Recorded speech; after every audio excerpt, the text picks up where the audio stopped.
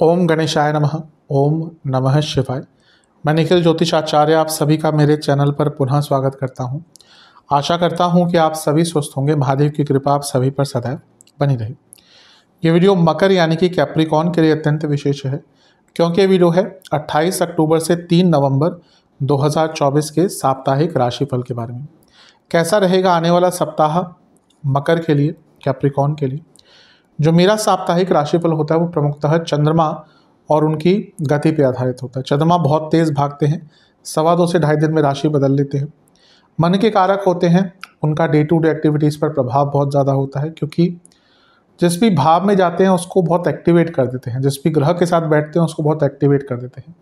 इसी कारण से साप्ताहिक राशिफल की विशेषता बहुत बढ़ जाती है। किस प्रकार से आने वाले सप्ताह को प्लान आउट करें, ज्योतिष के माध्यम से कैसे थोड़ी सी गाइडेंस प्राप्त करें, इन सारी ही चीज़ों के लिए साप्ताहिक राशिफल अत्यंत विशेष हो जाता है। यदि आपकी लग्न राशि या चंद्र राशि मकर है, दोनों ही गाइडेंस के लिए अवश्य इस राशिफल को ऑब्जर्व कर सकते हैं। अलग अलग टेक्निकली राशिफल नहीं बन सकते, जहाँ से आप ज़्यादा रिलेट करते हैं वहाँ से देखिए। व्यक्तिगत तौर पे मेरा हमेशा से कहना है कि लग्न राशि से देखेंगे तो अच्छा है, नहीं पता तो चंद्र राशि से देख सकते हैं। शुरू करते हैं। चंद्रमा आपके नवम भाव में आ जाएंगे 28 तारीख को रात के 9 बजे, और 31 तारीख सुबह के 11 बजे के आसपास तक उनका प्रवास यहीं पर रहेगा। चंद्रमा का नवम भाव में आना अच्छा ही माना जाता है। केंद्र के स्वामी हैं, त्रिकोण में आ रहे हैं तो राजयोग बन रहा है। गुरु की दृष्टि है, जो पंचम में बैठे हैं लक्ष्मी स्थान, और पंचम को देख रहे हैं लक्ष्मी स्थान, और चंद्रमा क्या है, केंद्र के स्वामी, यानी कि एक प्रकार से लक्ष्मी योग बन रहा है। बिजनेस जो करते हैं उनको बहुत लाभ मिलेगा। चंद्रमा भाग्य स्थान में आते हैं तो भाग्य की वृद्धि होती है और धार्मिक कार्यों को करने का भी मौका मिलता है, तो अच्छा समय है। बस केतु के साथ बैठ गए ना तो फिर बॉसेस के साथ प्रॉब्लम हो सकती है, बच्चों के साथ गड़बड़, या फिर उनके साथ संबंध बिगड़ सकते हैं, और पुरानी चीज़ें बहुत आएंगी। पिताजी से संबंध बिगड़ सकते हैं, घर के बड़ों से थोड़ा सा बातचीत बिगड़ सकती है। तो इस चीज़ पर आपको थोड़ा सा ध्यान देना है। जितना सौम्यता अपने वाणी में और अपने व्यवहार में रख सकते हैं उतना आपके लिए अच्छा रहेगा, लेकिन भाग्य का साथ अवश्य यहाँ पे प्राप्त होगा। नवांश कुंडली कहती है कि थोड़ा सा कोई धार्मिक अनुष्ठान करते हैं घर में, या मंदिर आदि भी जाते हैं ना, उससे सकारात्मकता बहुत प्राप्त होगी। और दशांश कुंडली कह रही है कि कार्य क्षेत्र में अपने काम पर फोकस कीजिएगा और किसी से उलझिएगा मत। कोशिश भी कोई करेगा ना तो आपको थोड़ा सा चुप रहना है।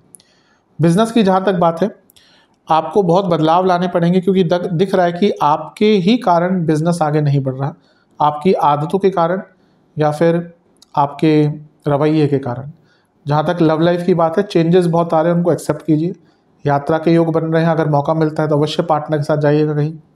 वैवाहिक जीवन, ईगो क्लैशेस दिख रही। स्टूडेंट्स, गाइडेंस की आवश्यकता भी, आपको लग रहा है आपको सब कुछ आ गया, लेकिन नहीं, गाइडेंस की आवश्यकता है। सेहत, हड्डियों के रोग, जोड़ों का दर्द, स्किन डिसऑर्डर, पेट के रोग। सर्वाष्टक, आपका तीसरा घर बली है, अति उत्साह से बचिएगा, दिक्कत होगी।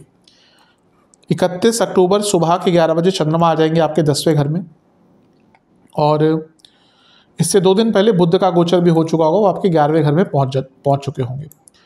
चंद्रमा का यहाँ पे गोचर होगा 31 तारीख, जैसे मैंने कहा 11 बजे सुबह के, और 2 नवंबर रात के 11 तक यहीं पर रहेंगे। चंद्रमा का 10वें घर में आना अच्छा ही होता है। 7वें घर के स्वामी 10वें भाव में है, प्रमोशन के योग बन जाते हैं, क्योंकि सूर्य के साथ है जो अष्टमेश है, यानी कि जॉब चेंज के योग भी बन रहे हैं।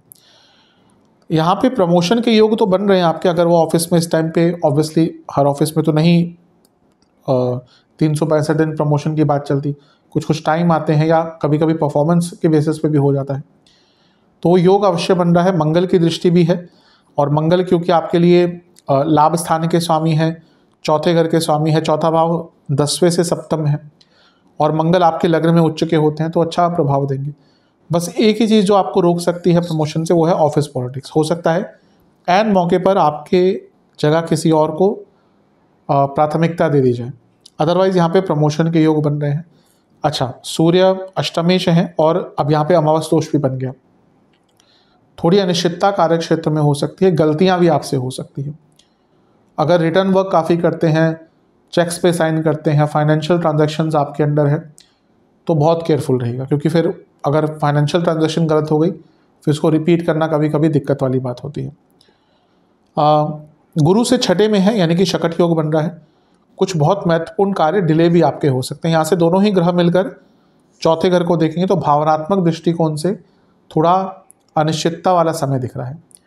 नवांश कुंडली कह रही है कि पैसा आएगा लेकिन भावनात्मक जीवन अच्छा नहीं रहेगा। दशांश कुंडली कार्य क्षेत्र में एक बैलेंस लाने की कोशिश कीजिएगा, हर चीज़ पर फोकस कीजिएगा। बिजनेस, अपने दुश्मनों से बच के रहिए। अगर बिजनेस बहुत कॉम्पिटिटिव है तो यहाँ पे आपके दुश्मन आपको नुकसान पहुँचाएंगे। लव लाइफ, एक बातचीत की बहुत कमी दिख रही है और वो भी अच्छे स्तर पर बैठकर बातचीत कीजिएगा। वैवाहिक जीवन ठीक है, दिक्कतें दूर होती हुई दिख रही हैं। अगर झगड़े थे सॉल्व हो सकते हैं। स्टूडेंट्स, आपको एक कलेक्टिव एफर्ट डालना पड़ेगा। अभी लग रहा है कि आप 2-3 चीज़ें अच्छी कर रहे हैं, 1-2 सब्जेक्ट पर ध्यान दे रहे हैं, थोड़ा कलेक्टिव एफर्ट डालिए। सेहत के हिसाब से हड्डियों के रोग, कफ रोग और चेस्ट की प्रॉब्लम, लोअर बैक में दर्द। सर्वाष्टक में आपका तीसरा घर बली है। यात्राओं के योग आपके हफ्ते के इस भाग में, मध्य भाग में बन रहे हैं। 2 नवंबर 11 बजे रात के चंद्रमा आ जाएंगे आपके 11वें भाव में, यानी कि वृश्चिक में, और सप्ताह के अंत तक यहीं पर रहेंगे। चंद्रमा का 11वें घर में आना अच्छा ही होता है। केंद्र के स्वामी हैं, यहाँ पे लाभ स्थान में जा रहे हैं, बिजनेस में लाभ होगा। नीच का ग्रह पैसा देता ही है, मैं कई बार बता चुका हूँ, उसमें कोई दो राय नहीं है। यहाँ पर वो शुक्र के साथ हैं जो आपके योग कारक है, यानी कि पैसा रुका हुआ, काम रुका हुआ पूर्ण हो सकता है। बुध के साथ हैं जो भाग्येश हैं, ये भी अच्छा है। बुध छठे घर के स्वामी भी हैं, तो कोई लीगल कार्य अटक रहा था, कोई पेपर वर्क अटक रहा था, वो भी आपका पूर्ण हो सकता है। तो हफ्ते का अंतिम भाग बहुत अच्छा है। गुरु की दृष्टि है और गुरु आपके 12वें घर के स्वामी है, तीसरे घर के स्वामी हैं। विदेश से पैसा आ सकता है। शनि की दृष्टि भी है। शनि लग्नेश होने के नाते तो अच्छा प्रभाव देंगे और धन स्थान में बैठकर देख रहे हैं तो बहुत विशेष धन योग बन गया।